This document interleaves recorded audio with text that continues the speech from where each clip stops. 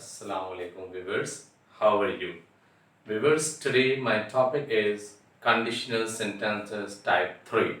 In previous videos, you have already watched and observed the two types of conditional. Students, taking a long gap uploading the video, the reason is that I was sick. I was seriously sick. So now, Alhamdulillah, I have recovered today, and I'm just going to give you or deliver the lecture that is conditional type 3, which was remaining or in pending. Now, the conditional type 3 today means condition hypothetical condition. आज type 3 में हम सीखेंगे कि hypothetical condition क्या होती है। देखिए, hypothetical conditions का मतलब होता है इमेजिनरी, यानी इमेजिनरी कंडीशन। इसको हम यूं भी कह सकते हैं condition contrary to the fact, contrary या contradictory to the fact, fact के बिल्कुल बरखिलाफ, यानी हकीकत के बरखिलाफ या हकीकत के खिलाफ जो कंडीशन है, यानी जिसका हकीकत से कोई ताल्लुक ना हो, ऐसी कंडीशंस जब आएंगी वो हाइपोथेटिकल कंडीशन में उसको ट्रांसलेट किया जाएगा। आइए आज हम इसमें सीखते हैं कि हाइपोथेटिकल कंडीशन में क्या होता है। इसे हम जो आज जो लेक्चर का नाम देंगे वो कंडीशनल CS3 है। आज का हमारा ये लेक्चर कंडीशन का। यस, अब देखिए इसमें कैसे हम इसको कन्वर्ट करते हैं। सबसे पहली बात ये कि इसमें जो होगा, इसमें भी यही दो क्लॉजेस होंगे, ठीक।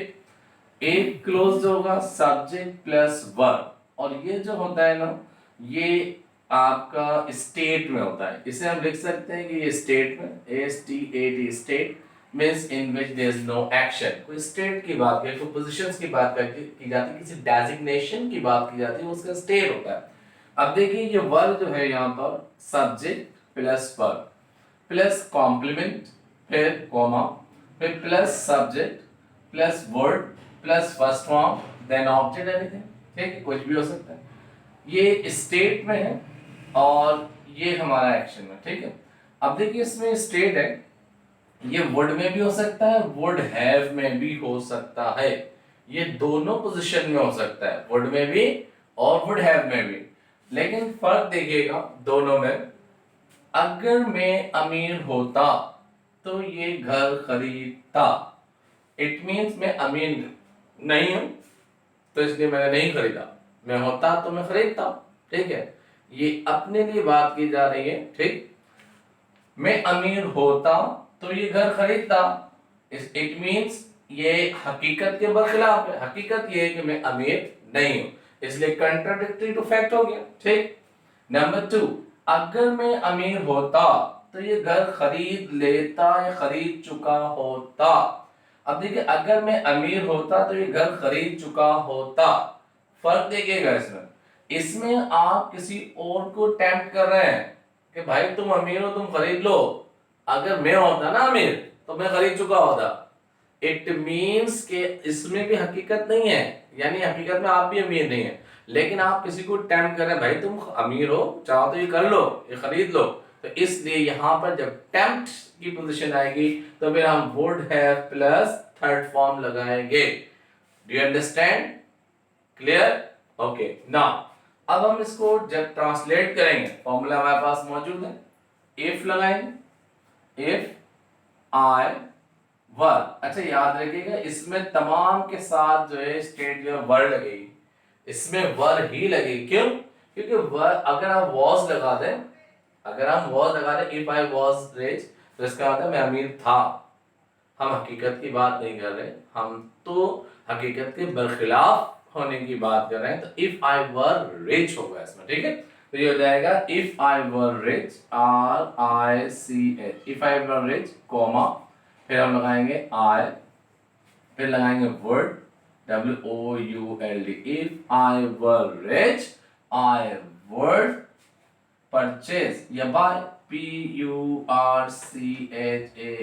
Purchase this house. Do you understand? If I were rich I would purchase this house. इसका मतलब है कि मैं अमीर नहीं हूं इसलिए मैंने नहीं खरीदा, अमीर होता तो खरीदता। नंबर 2, अगर मैं अमीर होता तो ये घर खरीद चुका होता, मतलब कि भाई किसी और को टाइम दिया है, तुम अमीर हो तुम खरीद लो। अब इसमें देखिए, if I were rich, RICH rich, if I were rich comma I would have, ये एक्शन में आ गया, I would have purchase, I would have purchase this house. देखिए समझ आए? ये देखिए हाइपोथेटिकल कंडीशन में ये दो कंडीशंस होती हैं, ठीक है, और ये हम सीख रहे हैं हाइपोथेटिकल कंडीशन नंबर। अगर तरतीब से देखा जाए तो हमने प्रोबेबल सीखा था, उसमें 2 सीखी थी, फिर हमने इम्प्रोबेबल सीखा उसमें 3 सीखी, 5 और ये छठी कंडीशन है, ठीक है। तो अब इसमें देख लीजिए ये दो कंडीशन, अगर मैं वजीर आजम होता तो ये फैसला करता, अगर मैं वजीर आजम होता तो ये फैसला करता। कैसे बनेगा? If I were the prime minister, if I were the prime minister comma I would take the decision, I would take the decision. Getting? ये चीजें समझ आ रही? तो इसे हम कहेंगे हाइपोथेटिकल। इसका मतलब मैं वजीर आजम हूं नहीं, अगर होता तो ऐसा करता, ठीक है। अगर मैं प्रिंसिपल होता तो तुम्हारी फीस माफ करता। If I were the principal, I would free your fee. Okay? Give you concession in your fee. Concession का कम कर देता, ठीक है? Getting? Understood? अब देखिए, ये तो था इसमें कंडीशनल हाइपोथेटिकल में एक। अब हाइपोथेटिकल में एक और तीसरा जो होता है वो इसमें ये एक था, इसका जो दूसरा पार्ट होता है वो कहलाता है मोर एम्फेटिक। जिस तरह हमने इसमें पढ़ा था इम्प्रोबेबल में मोर एम्फेटिक था, इसी तरह इसमें भी मोर एम्फेटिक, MOR मोर एम्फेटिक।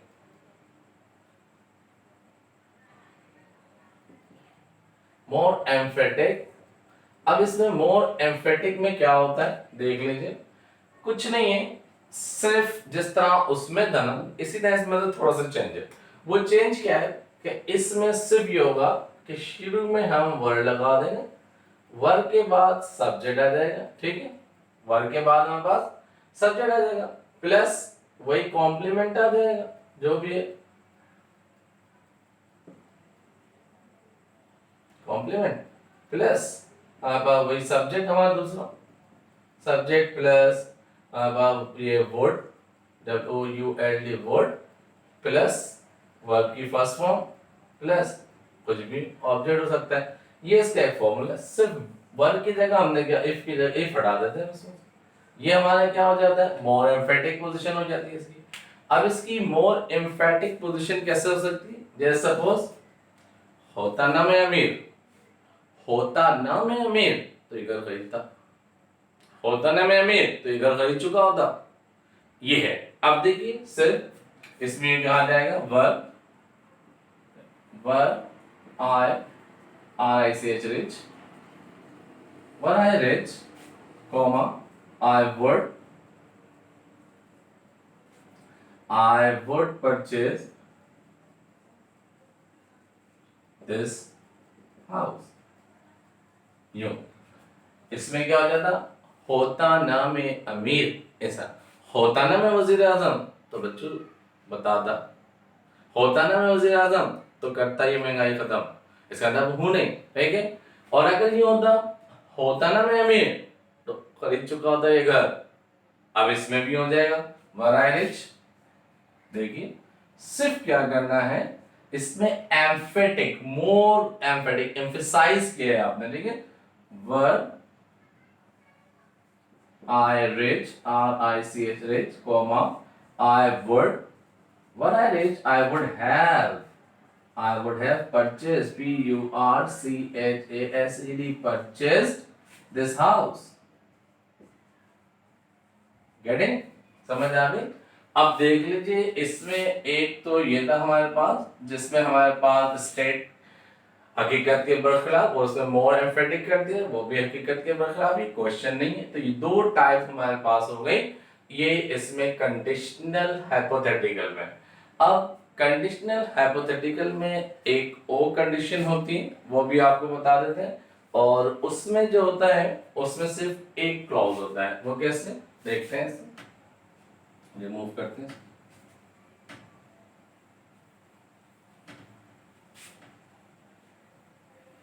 इसमें जो कंडीशंस होती हैं वो ये भी हो सकती हैं। होगा ये हाइपोथेटिकल, जैसे सपोज हमारे पास इसमें यूं होता है, आई विश होता है, आई विश होता है, इफ ओनली भी हो सकता है, देखिए, और वुड डैट भी हो सकता है, वुड दैट भी हो सकता है, I wish if only would that, ठीक है। एक और होता है I wish if only would that, okay, I remind, जब मेरे जन्म आता तो बताता।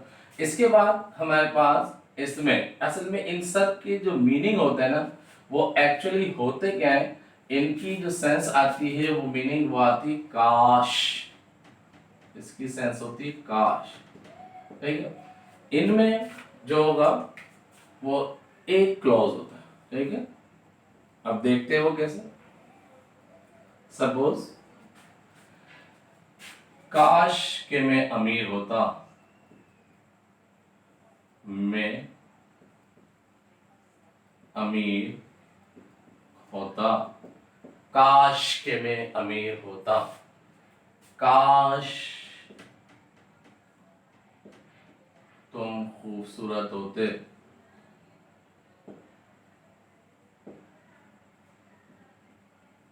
होते। अब देखिए, अब इसमें बनेगा कैसे, आई विश आ जाए, इफ ओनली आ जाए, वो दैट आ जाए, ठीक है। ये कैसे बनते हैं इसको देख लीजिए। इसमें बनाने का तरीका ये होता है कि हम ये देख सकते हैं इसमें कि इसके बाद हम क्या करते हैं, लगाते हैं सब्जेक्ट, ठीक है। इसमें तमाम के साथ आएगा WER वर्ब प्लस कॉम्प्लीमेंट, ये देखिए, एक ये होता है, ये भी हाइपोथेटिकल है, काश के मैं अमीर होता, हूं नहीं, काश के मैं अमीर होता, ठीक है। ये इसका स्ट्रक्चर है, ठीक। अब जब हम इसको बनाएंगे कि काश के मैं अमीर होता, तो इसकी ट्रांजिशन ये ले लीजिए, यहाँ पर क्या हो जाएगा, I wish, WISH, I wish, I wish I were, I wish comma I were, WERE, I were rich, RICH rich, I wish I were rich. अब यहां हमने वुड नहीं लगाएंगे, यहां वर्ड लगाएंगे, I wish I were rich, काश के मैं अमीर होता, ठीक है। समझ आ रही है बात, ओके। नेक्स्ट एक और पोजीशन है हमारे पास इसको समझाने की, इसमें अभी हम देखते हैं कि इसकी एक और पोजीशन क्या होती है। यस, इसमें यूं भी लिख सकते हैं कि if only I were rich, यूं भी लिख सकते हैं, काश कि तुम खूबसूरत होते, इसको यूं भी लिखा जा सकता है, if only you were handsome, you are handsome, you are smart, okay, word लगेगा इसमें, ठीक। काश के, इसको वुड दैट भी कर सकते हैं, would that I were rich, यो भी कर सकते हैं। और एक और होता है इसमें, आई वुड भी होता है, आई WOULD, आई वुड, यो भी हो सकता है इसको, I would plus I were rich. जैसे सपोज काश के मैं सदरे पाकिस्तान होता, सदरे पाकिस्तान होता। अब देखिए ये भी हो सकता है, तो अब इसको ये भी बना सकते हैं, आई वुड, आई विश भी बना सकते हैं, आई वुड भी बना सकते हैं, I-W-O-U-L-D, I were the president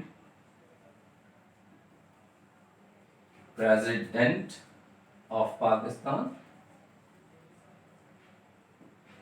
अब देखिए इसमें ये विश वाले भी आए, ठीक, तो ये यूं भी हो सकते हैं, इस पे भी subject plus verb plus complement, इन तमाम के साथ इस तरह आ सकता है। ये देख लीजिए, इन तमाम के साथ यही फॉर्मूला, ठीक है, एक ये हो सकता है, इसमें ये कंडीशन है। इसके बाद एक और होता है जिसमें अभी देखिए ये स्टेट था, देखिए जब हम इसमें एक्शन लगाते हैं, जब हम इसमें एक्शन की बात करेंगे तो फिर थोड़ी सी चेंजेस आएगी, और वो चेंजेस क्या होगी जब हम इसमें एक्शन की बात करते हैं, तो इसमें जो चेंजेस आती है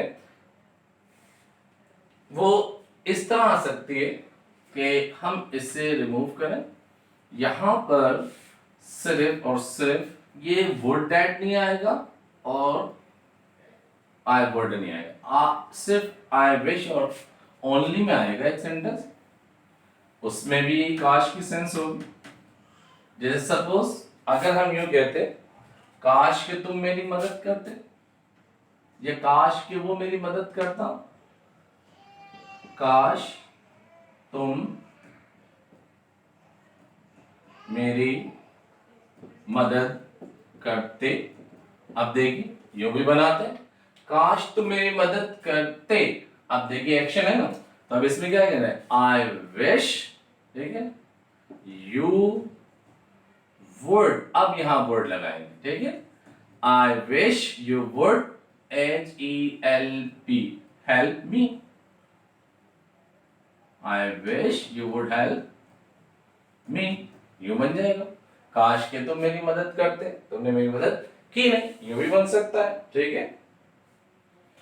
और यूं भी हो सकता है फोकस के लिए, काश के तुमने मेरी मदद की होती, या तुम मेरी मदद करते, तो उसमें वुड हैव भी आ सकता है। इसी तरह if only you would, if only you would HELP, help me, यूं भी हो सकता है। इस सेंटेंस को हम एक और तरीके से भी बना सकते हैं, जिसको हम यूं कह सकते हैं कि इसको वुड हैव भी बन सकता है, जैसे if only you would WOULD would HELP help me. अब इसकी सेंस क्या होगी, काश कि तुमने मेरी मदद की होती, काश कि तुमने मेरी मदद की होती, या तुम मेरी मदद करते।